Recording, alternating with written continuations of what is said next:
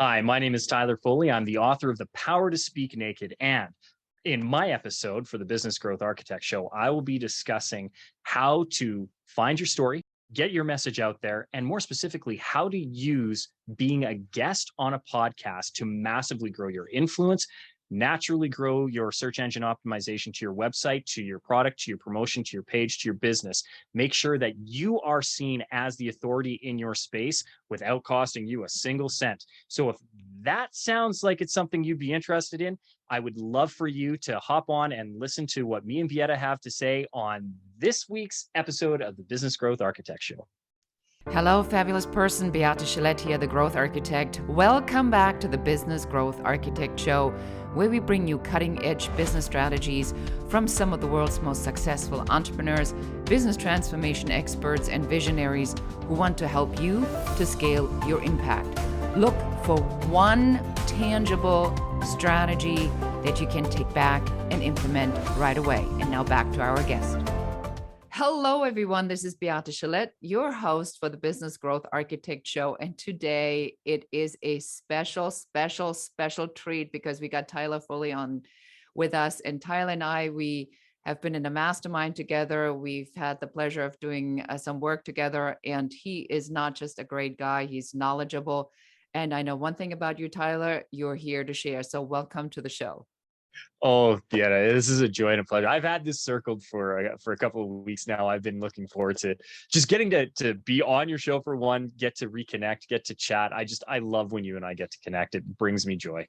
Excellent. I love it. So for those people who shockingly gasp, don't know who you are, why don't you tell them who you are, what you do, and why should they know about you? Sure. I am Tyler Foley, professionally known as Sean Tyler Foley. I am a father, a husband, a son, author of the #1 bestselling book, The Power to Speak Naked, performer, former child actor, lover of warm beaches, enjoyer of fine chocolates, and purveyor of all things Lego. And that is who I am in a nutshell. I love that. That was probably one of the more unusual introductions that we have. So now you just said, did you say speaking naked? Speaking naked. Speaking naked. No, I have to ask for the audience, what does that even mean? Oh, that's a really good question. So the Power to Speak Naked actually came about when me and my team were brainstorming the title for the book. And it's a book on public speaking and advice and how to overcome the stage fright and give a more engaging, more powerful presentation. And so I'd asked my team, what was some advice that you got as a public speaker? And maybe we could generate some titles that way. And one of my team members said, oh, you picture your audience naked. And I went off on this tirade about how that is the worst thing you could do. It is the Horrible. absolute. I mean, who does that? Worst advice. It is. Yeah. It's at the minimalist. It's masochistic and treating your audience in poor regard. And your audience is a sacred gift, and so you want to hold them in reverence. And that Not naked. and not only that, but it's such a waste of brain power to go through this thought exercise, and then it's just mean too. I think the idea is to somehow gain comfort and power over somebody else's discomfort and lack thereof. And that to me, again, is counterintuitive to what you want to do to serve your audience. So I go off on this tirade and I said, I would rather give somebody the power to speak naked than to tell somebody to picture their audience naked. And everyone said, so say that again. What was that? I'm like, they need to have the power to speak naked. I was like, yeah, no, the power to speak naked. That was that.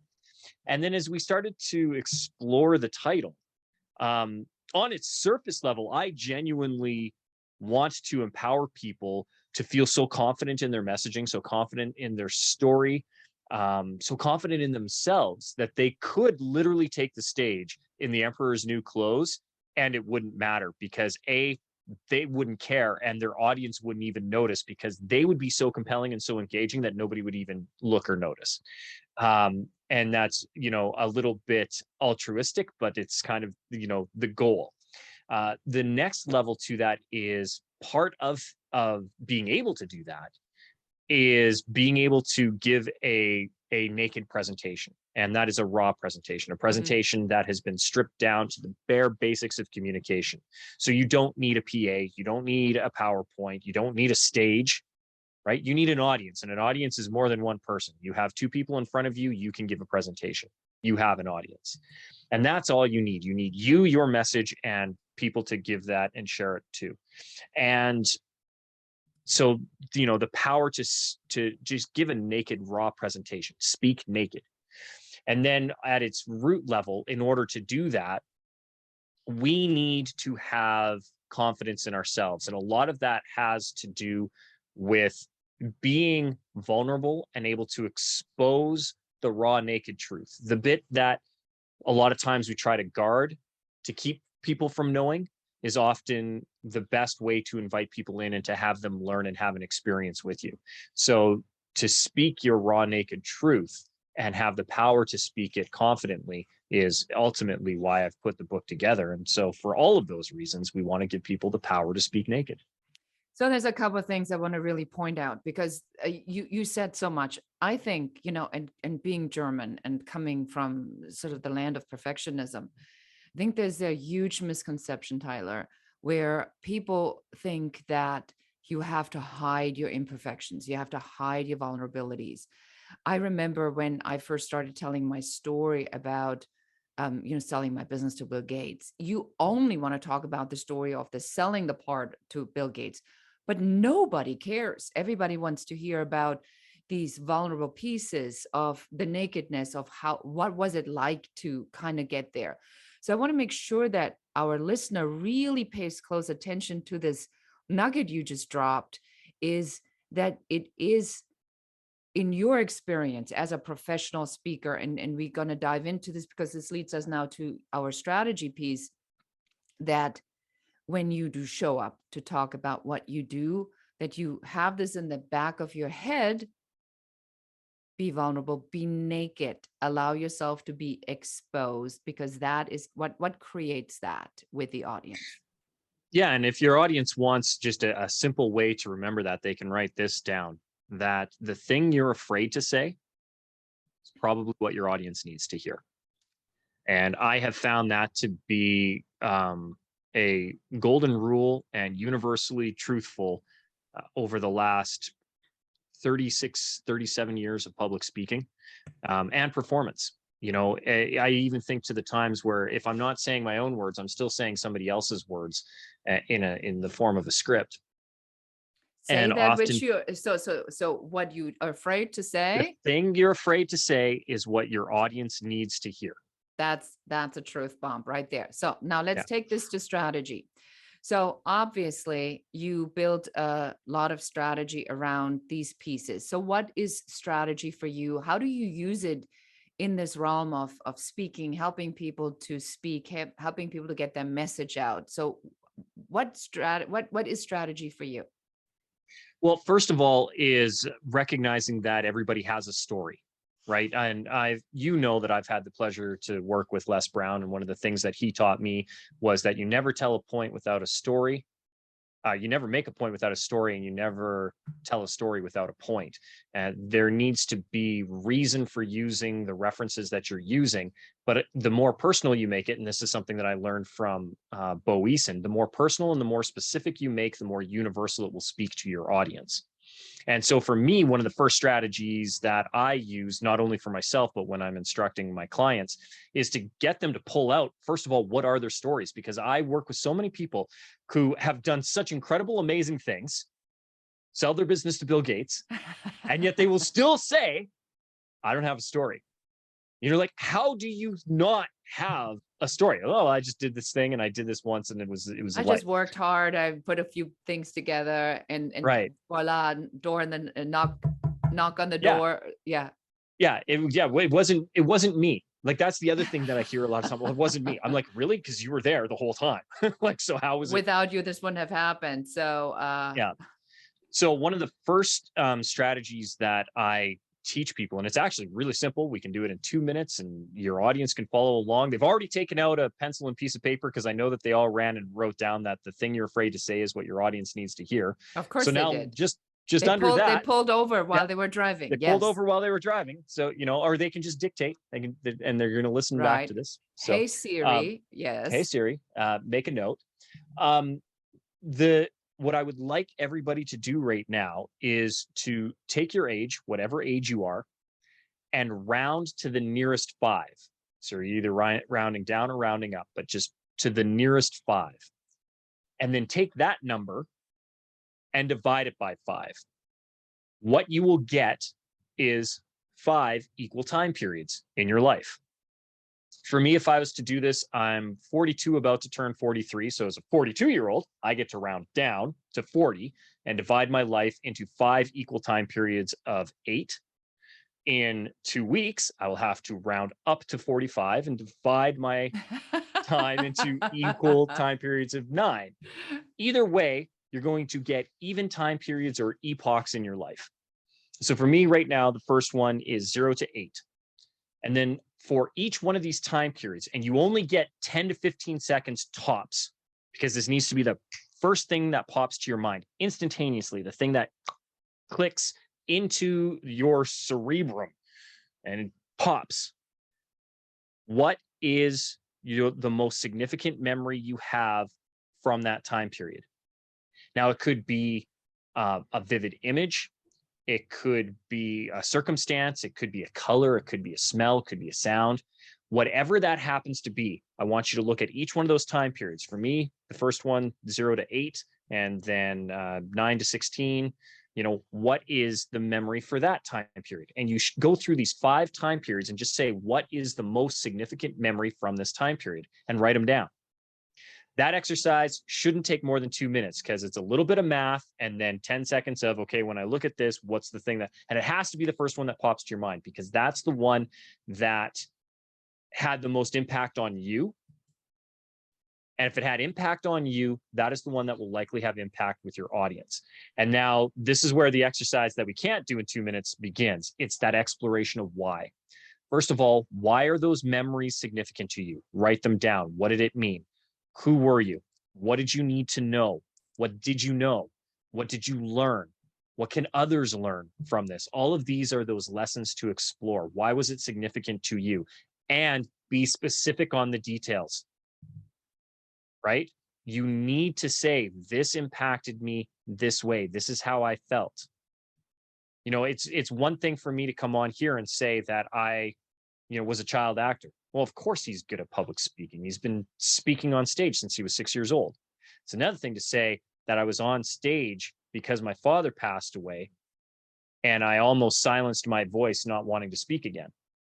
It's another thing for me to say that I was blessed to have been on stage at 6 years old and to have the opportunity to find my voice, so that I wasn't afraid of the stage, that I grew up loving it, but that I have experienced stage fright. They don't need the perfect polished me. They need to know how I became here. And so the next implementable strategy here is, when we're looking at starting to tell these stories, the biggest mistake that I see amateurs and professionals alike make is that when they're telling their story, using the hero's journey model, they are telling the story from the standpoint that they are the hero, and they're not. In this hero's journey model that Joseph Campbell made famous, you have a hero who is unaware. They're in a state of just stasis. And then crisis happens that sends them into chaos, at which point they have to cross the threshold and then meet the mentor or sage who guides them through a series of trials and tribulations before they overcome their final adversity and then take their journey home. And what a lot of people start to do is they try to be Luke Skywalker or Harry Potter in that scenario. And you're not. You're Obi-Wan Kenobi or Dumbledore, right? You are the person who shows this new hero how to conquer their demons. And if you can reframe it that way, you'd be amazed at how quickly people want to listen to you, because you can say, I have been here. These are the struggles that I had, right? What makes Obi-Wan Kenobi so compelling to Luke Skywalker is that he has fought and worked alongside his father and failed him as a Jedi. he was supposed to mentor him and he failed him, and Anakin Skywalker turned to the dark side and became Darth Vader. That's significant, for Obi-Wan to then say that to Luke. I knew your father. I fought with him in the Clone Wars, and to then be able to guide and mentor this other one through so that he doesn't make the same mistakes that he made and that these other people made. That's, this is what I learned from my stories. These are my stories that I've learned. And one of the things to do when you do that story model, when you pick out your 5 stories, is start to ask yourself, what is the theme? How is this connected? What did I learn from these? What can I learn from these? What can my audience learn from these? Again, to Les's point, you never tell a story without a point, and you never make a point without a story. So as you bring these stories forward, make sure that there is a clear, understandable, relatable, and actionable point within it, and you'll succeed glowingly as a public speaker. That is unbelievably powerful. So we're going to talk about how we're going to be using this and more in an even more strategic way right after our commercial break. We will be right back. Thank you. Thank you for being here. Thank you for investing in yourself. Thank you for taking the time to learn the strategies that will help you to grow your authority and scale your impact. I am Beate Gillette. I am the Growth Architect. And just because you're here and you're listening to the show, I have 2 things that I would like to give you. Number 1, for the subscribers to our podcast, we have exclusive bonus content that you can pick up at beategillette.com/bonus. And my second gift to you is a piece from our 5-Star Success Blueprint, our method where we help business owners just like you, experts in their industry, to grow, build, and scale their business to multiple 6 figures, 7 figures, and beyond. And this particular piece is called the Airtight Avatar, and that is our action guide that will help you to identify who your ideal client is in only 15 minutes. You can pick it up at airtightavatar.com. Thank you so much for listening, and now let's get back to the show. And welcome back. So, Tyler, you just shared the hero's journey that obviously I'm using all wrong, and that I need to stop teaching my clients that model of the hero's journey because it is a narcissistic way of look at me on how great I am. I'm bumbling through life and then I'm succeeding, versus a magnificent teaching point that I can share from my perspective as I bring people onto my journey.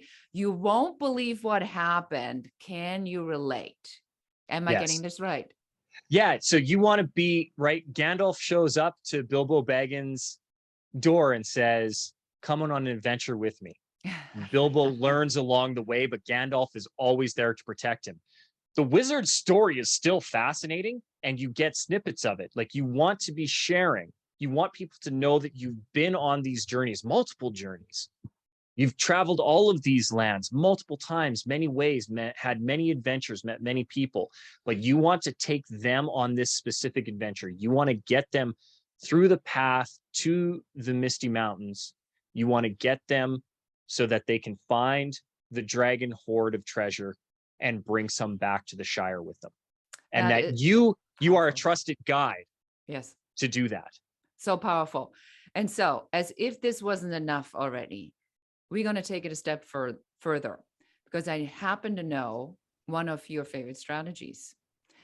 And it is how to use this method of speaking and telling your story on podcasts, specifically podcast guesting. So tell us about that strategy. Well, one of the things that I get a lot of feedback on from a lot of hosts is, you're such a good guest. Like, it was so easy to talk to you, right? I didn't have to fish stuff out of you. And one of the reasons it's easy is because I'm just relating my own experiences. I'm relating my own stories, but I know what my stories are. And I have my nice little tool chest of stories to use. So when somebody asks, I'm able to do it. And then there's no fishing. That's the other thing. I'm not having to create my own content. or I'm not having to remember somebody else's content. I can just speak from my heart.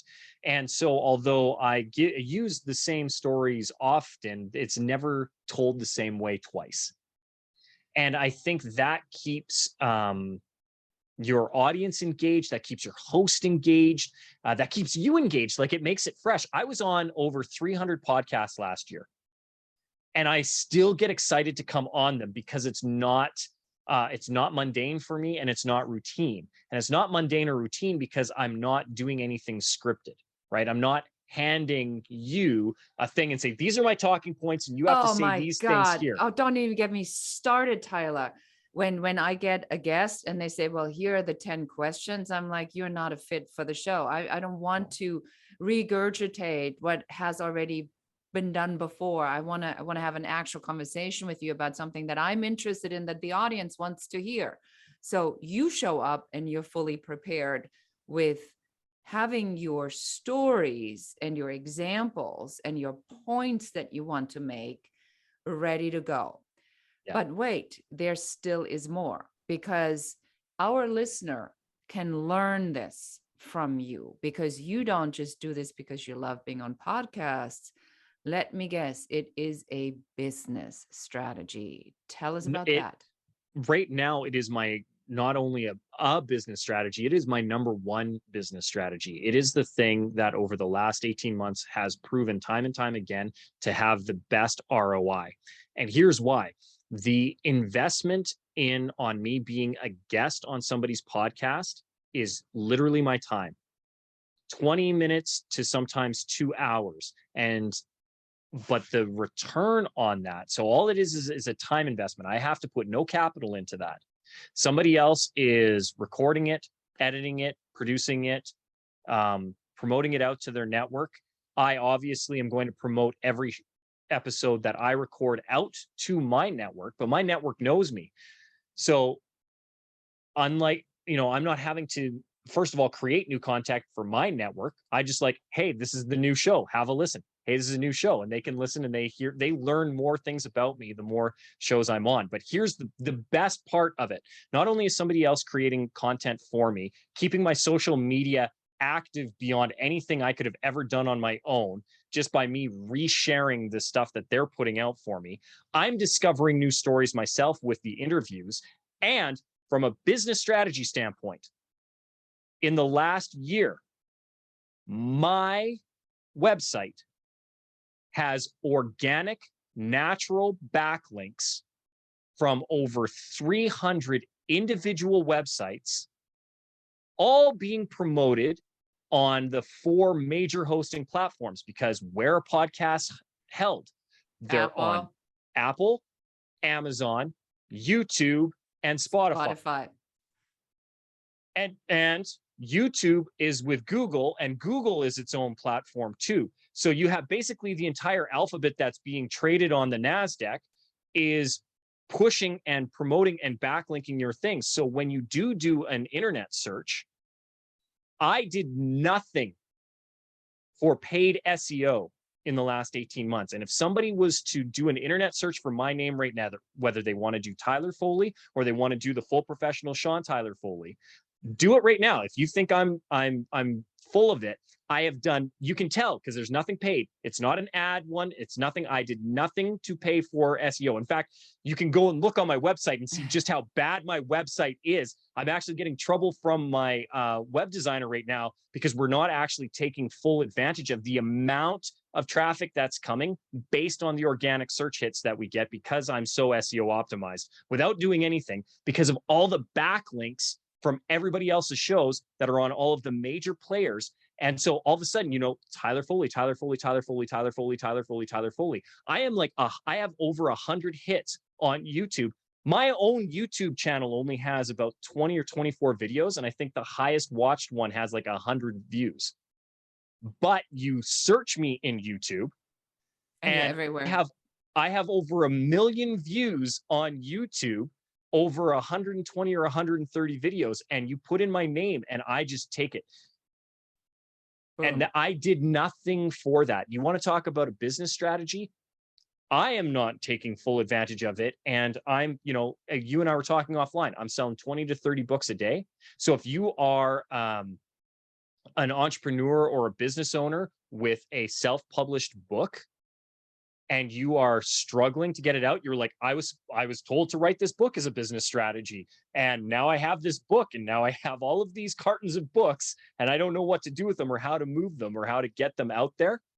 Go on a podcast and then go on a lot more, and you'd be surprised at how quickly you can turn that over. Because I tell everybody at the end of the episode, come on by to the website, and grab a book or go to Barnes and Noble or do whatever you want to do. Which of course we will be doing right now, just right after this. So I want to sum this up so that our listeners are really clear about this. So what we've done today is we've shared with you that when it comes to speaking is a very powerful strategy for business. On whether you are have a brick and mortar store, you're an electrician, you are a coach, consultant. I mean, literally anybody with a message or with a business needs to use speaking in some sort of shape and format to get the message out. If it's a networking opportunity or one of those, smaller things where you hang out, you still need to speak, you still need to present, you still need to tell your story. So we talked about that. Then you shared that you are going to turn this thing upside down in how you tell the story of the hero's journey as a tag along, experiencing it with you. You shared the truth bomb, that which you're afraid to say is what your audience must hear. And then you said that the podcast guesting is not just a strategy, but your main and only business strategy that's gotten you SEO, search results, preferences. Google loves you because they pay preferences to themselves with their wholly owned YouTube channel. And this is how you've really stepped it up in not even that long of a time period. If I see this right, have I recapped this properly? Wonderfully recapped. And to add to it, the opportunity for speaking is endless. It's why we created the Endless Stages group, because I believe that obviously this podcasting strategy is the one that I believe the most in, but from it spins out all those other opportunities, the networking events, the big stages, when corporations are searching for somebody who's speaking on your topic. And like you said, whether you're an electrician, whether you're an accountant, whether you're a lawyer, they want that social proof. And if you have been the expert on 20, Hundreds. 50, 100, 200, 300, 500 podcasts, that also spins into so all of those podcast things have become the social proof that I needed to really convince not just local radio and TV, but national and international radio and TV to have me on their programs as an expert. Because now they can see, first of all, they can see me on video, right? Almost all of these podcasts are not just audio anymore because they're taking the video and putting it up on YouTube. So at least half of the podcasts that I've been on have a video component to it. And now my reel is, it's hard for me to actually edit my reel now. I used to have to struggle, right? Because I'd have bad grainy footage from the back of the room. Oh my God, took on a cell phone for me. From the 500 feet away. Yeah, from the tech booth, because the tech guy was running a recording for me, and I couldn't get the really good video because it's from where the audience is sitting, and there's an audience there. Yeah, exactly. So I've never had good video of me speaking on stage, but now I have all of this incredible content in a video and audio format. And I remember, people, I didn't pay a thing for it. I am not investing my own money. And as an entrepreneur, as a self-employed entity, as a businessman, if I can get value for just having to show up and do my time without having to invest my financial capital, that is incredible to me. I can't stress it enough. Other people are promoting you and you aren't paying for it. OPP, other people's, OPM, other people's money. Other people's money. And for me, it's actually, you were right, OPP, other people's platforms. Yes, I'm using other people's platforms to promote myself, and it's great. The strategy is called borrowing other people's audiences, which I myself love a lot. And so, Tyler, now tell us, where do we get the book? Well, so the best way to get the book for your listeners in the United States, now this is only for US listeners, I would encourage you to go to bookshop.org. And here is why. Bookshop.org has all of the advantages of shopping from Jeff Bezos' site, in that it is an online shopping experience and the book will come directly to your door, so you don't have to go out in public. The only difference is it won't come to your door in a drone, and bookshop.org isn't sending people to space in a phallic-shaped rocket. That said, what bookshop.org is doing is connecting you with your local book retailer, your mom and pop shop. So when you are ordering that book online, you are getting it from the local bookstore down the street, as opposed to some warehouse somewhere in the world. And on top of that, it's your local bookstore who's probably struggling, your mom and pop shop who needs it. So you're supporting locally, still having the advantage of being able to shop online. And every sale, a percentage of your proceed of the sale goes to a pooled fund that bookshop.org then makes available to all local book retailers that they can apply to for financial aid. And currently they've raised over $20 million for Wow. local booksellers. And bonus to you, you can buy my book on Jeff's site, and it will cost you $17.95 US. Or you can order it from bookshop.org, and it'll cost you about $16.50.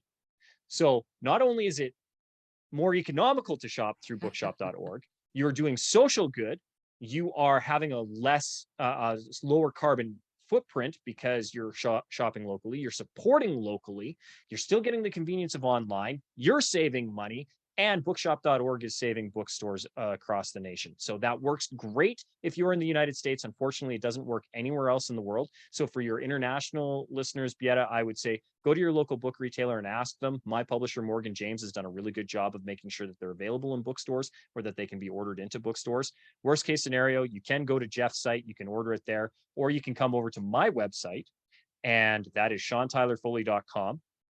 If they click on our invitation to join our free Endless Stages Facebook group, we do send them a free PDF download of the book. So it's not the hardcover book, but at least you can read it for free. And if you want the hardcover book, then you can go to your local bookstore and say, hey, I got this PDF and I'd really like to have the hardcover. Yeah, I mean, I will say honestly, because I know you, I probably would get the hardcover, because you do need to take a pen and highlighter, and you do need to make notes and circle. I mean, I'm just being practical here, right? And so, where can we find out about all the other stuff you do? You mentioned that you have a program, you help people to do this. Yeah, so they can check the show notes. And you know what? If they're going to check the show notes, Beata, they're already listening to the show. They're going to have to hit pause on this right now anyway. So while they're hitting pause, before they go over to any of my websites or check out any of my stuff, they're already listening to your stuff. So if they could do me a favor and give you a 5-star review and say what episode they enjoyed, what is some value that they have gotten from listening to you, so that you can better tailor your guests and your content to serve them better. If they could give you a 5-star review, then they can hop over to the show notes and check out all of the stuff that you and I have shared together. They can come over to my main website, SeanTylerFoley.com, and Sean is spelled the proper Irish way, SeanTylerFoley.com. The proper Irish way. So don't you they can forget it. Don't forget it. So if you come to SeanTylerFoley.com, you can learn all about that, including our podcast mastery challenge, which is not to host a podcast, but to be guests on podcasts and learn all the strategies that I've been using over the last 18 months to be the #1 ranked guest on Podmatch, to be on over 300 shows in the last year, and to skyrocket my SEO, search engine optimization, organically without having to do anything, and increase the sales of my book. So I'm, like I said, I'm selling anywhere from 20 to 50 copies of my book a week. And that is all organic advertising through the use of podcasts. So if anybody wants to hop on that challenge, it's a free 3-day challenge. I give away everything. I'm one of those people who I'm going to give it all to you for free. And if you like what you see, then you can figure out ways to work with me one-on-one. But I want to make sure that everybody walks away served. And the best way that I know to do that is to just download my knowledge. Wonderful. Well, thank you so much for that. You've been an amazing guest. I appreciate you very, very much. I know you and I will have more conversations about this. So thank you for being here, Tyler. It's been amazing as always. Thank you, Beata. And that's it for us today. Thank you for listening and watching the Business Growth Architect Show. I enjoyed having you here. And for accountability, just take one of the strategies that you have heard, one thing that you can implement in your business immediately. Please leave comments. Don't forget to like and share this show.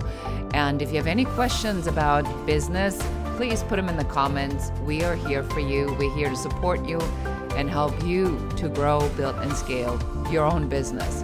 For more advice, please check out our website in the show notes below. Thank you again. This is Beata Gillette, the Growth Architect, and goodbye.